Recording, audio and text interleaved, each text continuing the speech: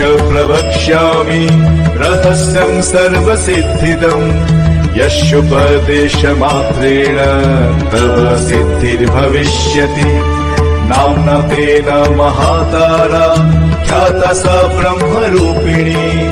महाशूलत्रयं कृत्वा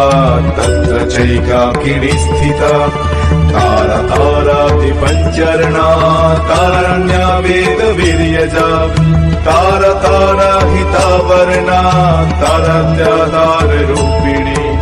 तारा रात्रि समुत्पन्ना तारा रात्रि वरोद्यत तारा रात्रि जपाशक्ता तारा रात्रि स्वरूपिणी तारा राग्विश्वसन्तुष्टा तारा राज्ञी वरप्रदा तारा राज्ञी स्वरूपा च